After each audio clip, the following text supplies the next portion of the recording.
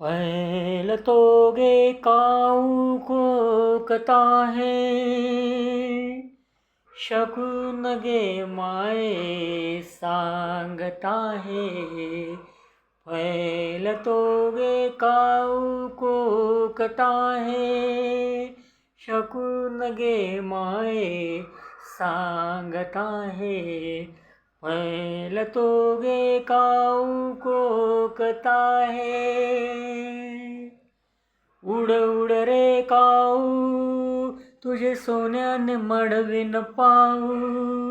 उड उड रे काऊ तुझे सोन्याने मडवीन पाऊ।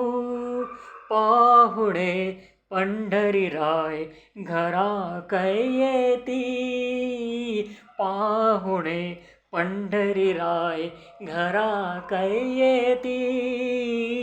पैल तोगे काऊ को कता है शकुन गे माये सांगता है।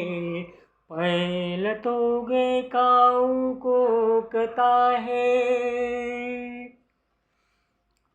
संत ज्ञानेश्वर आणि संत तुकारामांच्या पादुका आता आळंदी आणि देहूवरून निघून पुण्यातून पण निघून पार करून पुणे शहर पार करून आता त्या सासवडवरनं पुढे चालले आहेत पंढरपूरच्या दिशेने. तर हा एक पवित्र सोहळा असतो, पालखी सोहळा. यामध्ये मी शारीरिक किंवा आर्थिक काहीच सहभाग देऊ शकलो नाही, त्याची मला खंत आहे. पण कुठेतरी काहीतरी करावं अशी माझी थोडीफार नाही, थोडंफार काहीतरी करावं, थोडं तरी काहीतरी करावं अशी माझी खूप इच्छा आहे. थोडंफार करावं, थोडंफार तरी काहीतरी करावं अशी माझी खूप इच्छा आहे.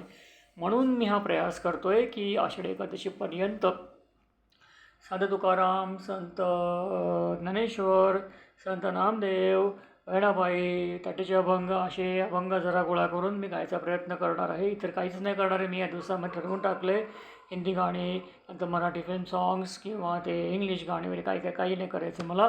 हे जे दिवस आहे अत्यंत पवित्र दिवस असतात. हे आषाढी एकादशीपर्यंतचे पालखी सोहळ्यामध्ये जरी मी सहभागी नाही झालो शारीरिकदृष्ट्या, तरी मानसिकदृष्ट्या मी काही ना काहीतरी करू शकतो, जेणेकरून मला ह्याचा काहीतरी आयुष्यात काहीतरी मला लाभ व्हावा, माझ्या बायकोला लाभ व्हावा, माझ्या मुलाला लाभ व्हावा, माझ्या घराला लाभ व्हावा आणि जे कोणी ऐकतील हे त्यांना ऑफकोर्स लाभ होईलच होईल.